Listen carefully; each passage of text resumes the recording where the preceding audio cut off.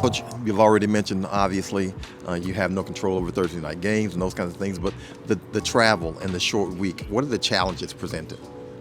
Well, look, I think the biggest challenge really is just our guys being able to get rested and recovered in a short week, and then you're trying to cram, what you would normally do in a 6-day time frame.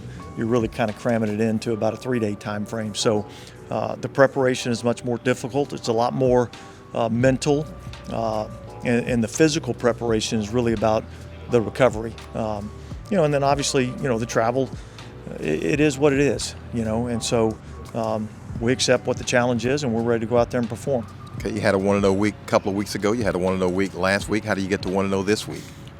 Well, look, we're going to have to play extremely well against a good football team. I think as with any game, it really comes down to we got to do a good job of protecting the ball. We got to try to find a way to take the ball away, whether it be, in the kicking game or on defense, create some field position.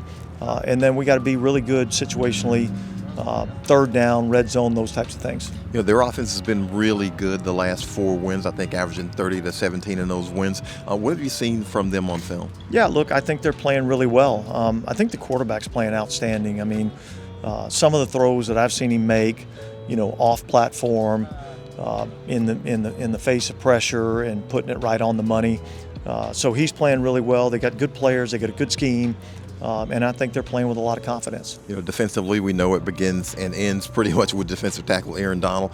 Just what are some of the things that you've seen from him over the years and this season? Well, look, he's one of the guys that can disrupt the game. And so you have to have a plan on every single play of how you're going to block him. Try as many times as you can not to let him get singled up, because he's got his moments in the biggest moments of the game. We got to make sure we understand where he's at. Yeah, speaking of that, your offensive line has played extremely well for the last several weeks. Just what are some of the things that have gone into that? Because now you're going to be without Ryan Ramczyk for the second consecutive week, and yet no drop off there with Landon Young at right tackle. Yeah, look, I think it's just part of the process. I think for the most part over the last probably month or two of the season, we have had primarily the same grouping out there, and so we've had a little bit of continuity with that group, and I think the amount of communication that happens up front is critical, and so the more they play together, the better they're going to be.